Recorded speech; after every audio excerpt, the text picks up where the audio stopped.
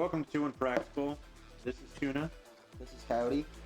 and we are going to go over the bare basics of starting competition and why you should do competition.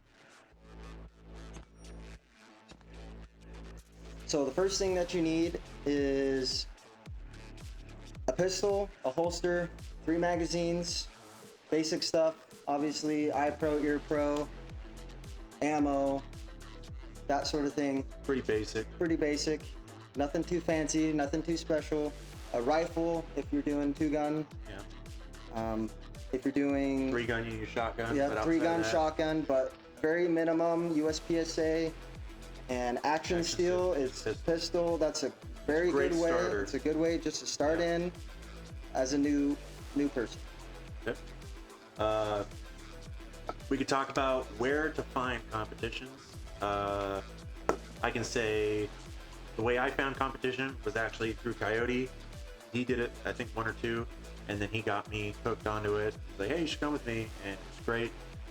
You could also, if you're you want to find one in your area, you can find them on practicescore.com. Go to the matches tab, and you can find your state, your county, where they have matches. It gives you dates and times and stuff like that. Yep, you're gonna want to get a Practice Score account anyways, because that's how you're gonna see how you did on the match. So first things first, get Practice Score. Another way is local Facebook groups. Look on local Facebook groups and see what's kind of in your area and join them and kind of see what they're talking about. I would say the best thing to do, like how I mentioned earlier, is do your first competitions with some friends. My God, it is an amazing thing to do. It gets over the nerves. It's not awkward. It's nice and fun because you're having a mini competition with you and your friends inside of an actual competition. So it just makes the whole situation a lot easier to deal with. And hopefully you don't have stage fright, because that's going to come up. Yeah, it does. It gets a little nerve-wracking, definitely around people you've never met. Yeah. You're meeting people for the first time. It's very nerve-wracking. You don't know, like, they could be really good and, they're judging you. Guarantee you, they're not judging you. Everybody is really cool. They're really chill. Super friendly group of people. So divisions.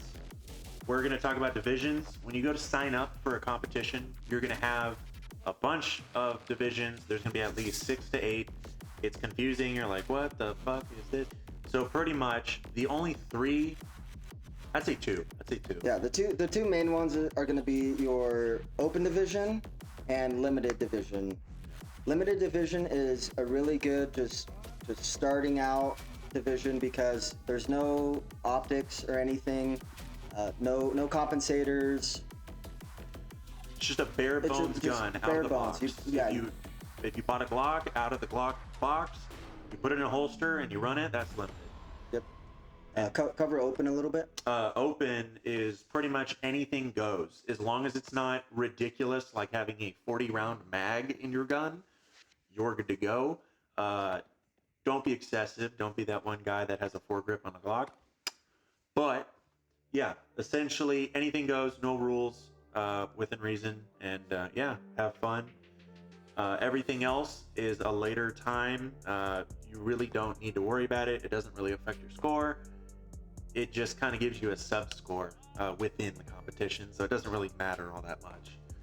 Yeah, and you're competing with certain people that are in your division. There's an all-around score at the end of the day, but there's another sub score with the people in that specific based off that division. Yeah, based off that division.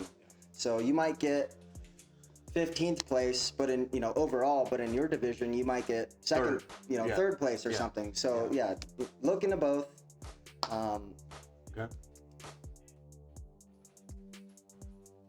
So I'd say take notes on everything you see. People, when they go on their turns, hope that you're not the first guy. If you are the first guy and they call you up, tell them you're new, and they'll put you at the end. That way you can watch everyone go, and you'll have a good indication at how to run the course, the most effective way, the fastest way, the best way, and all that kind of stuff. You learn a lot. I've never thought this, but you can actually emulate what you see pretty dang good.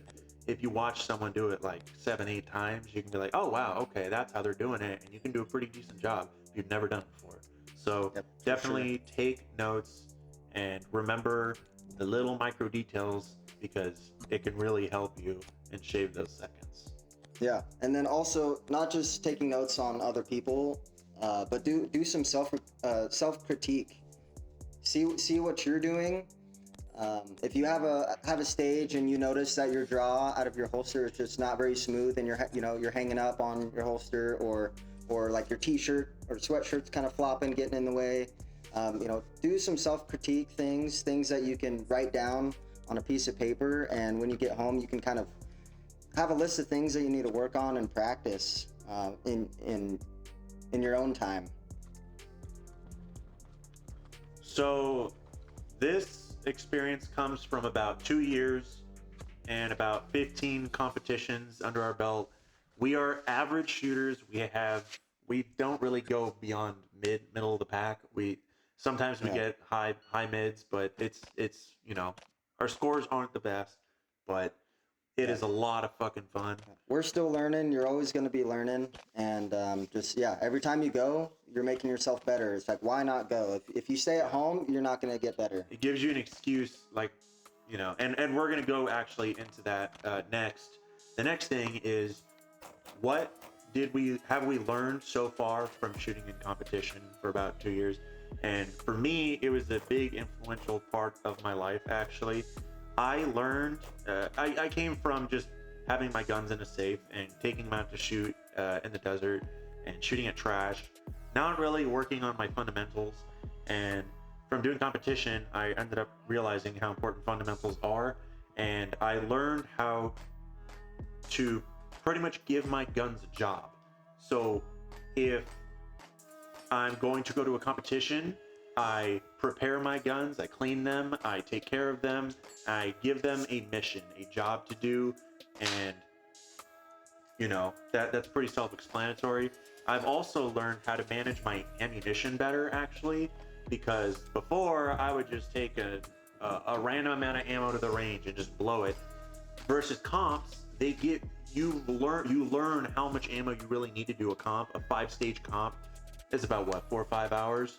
And you learn that you really only need about 300 rounds per weapon to get an entire day of shooting done. So now that I know all this information, I can then chunk my bulk ammo purchases based off that. I could go 300 this, 300 that, 300 that, and I know that's 3 full days of training, 3 full days of fundamental use, and it really does change your perception a little bit on management of your ammo. Yeah. To cover the ammo thing, one competition I took a 308 battle rifle, and I would put 4 or 5 rounds of 308 into a paper target that didn't need it. I was just having fun, and I was just having a fun time and wasn't really thinking about it. But 4 or 5 rounds into one paper target, that's $4 or $5. So it's like, you don't need to do that. Just get your rounds on target to pass and move on. Just move on to the next thing. Don't just spray and pray. That goes into your training. On actually paper targets, I spray and pray a little bit. I just kind of wing it because it does. It's either 2 in the center or 3 in total to get the target. Yeah, so usually I just do pop. And usually if I I'll don't know, 3. throw more. Yep, I'll usually do 3, but sometimes I get a little carried away. I'm having a good time. I'm having fun. So, but yeah, definitely, ammo. Be conservative. What else did you learn? So what else I learned was reading the stage. So what's the most effective way to run that stage? You'll see a couple people go before you, and they'll go from left to right, and in your mind, you're saying right to left is, maybe that, for me, that it makes more sense. And even if you're like a left-handed shooter, for left-handed shooters, sometimes it makes sense to go from one direction to another.